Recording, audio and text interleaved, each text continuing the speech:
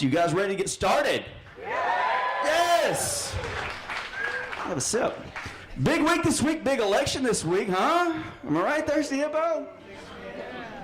No, I know, right? I didn't vote.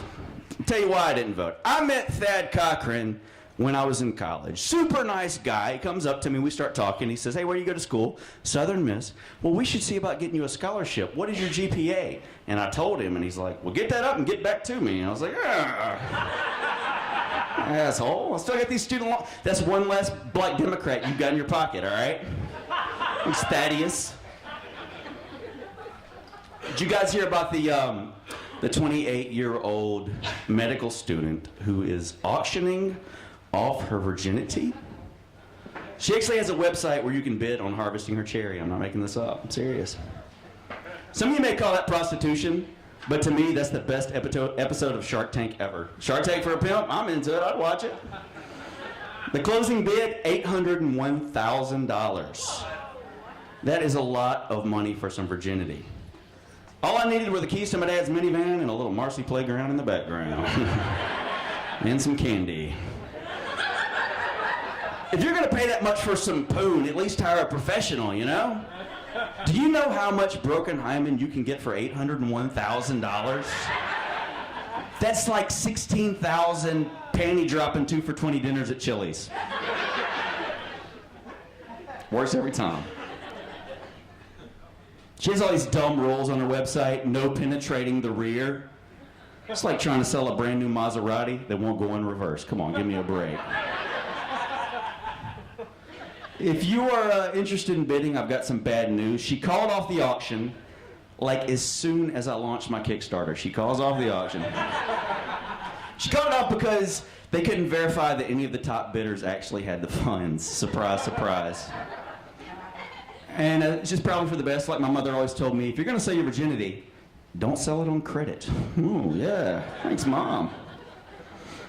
I had a fun conversation with my mom recently. She told me about a subdivision up in Madison that has a very active swinger community.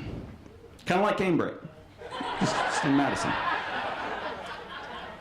Learned a lot from this, though. She told me that the symbols that the swingers identify with is the pineapple. It's like their mascot. Which makes sense because the pineapple is the international symbol of hospitality. And what's more hospitable than offering up your wife's vag? Make yourself at home. Would you like to try some of Jim's Spoon? All right. But now I'm paranoid. Everywhere I go, I see pineapples. My neighbor's mailbox has a pineapple on it. My bank has a pineapple for a logo, you know? And I know I'm going to sound like an overzealous PTA mom when I say this, but Nickelodeon is teaching swinger propaganda to our children. Who lives in a pineapple under the sea? Who's got enough holes for everybody? You see what I'm talking about? You see where this is going? Guys, you ready to bring up your first comic?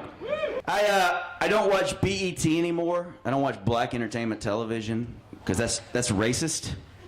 Don't you think it's time they change it to African American entertainment television, you know? Call it AIT. Did you guys hear about the 84-year-old woman in Florida that won the biggest Powerball of all time? 84 years old, she won $590 million. She is so sexy to me. Oh my God, what a little hottie. Kind of like to hunt that cougar. Yeah, I'm not kidding. Let's do it. There's a new trend among expectant parents called a baby gender reveal party. Have you been to one of these? It's where they throw the expectant parents a party and reveal the sex of their unborn baby through the art of cake. For example, if you cut into the cake and the cake is blue, you're getting a boy. If it's pink, you're getting a girl. And if it's chocolate, you're getting a divorce. And a beige baby.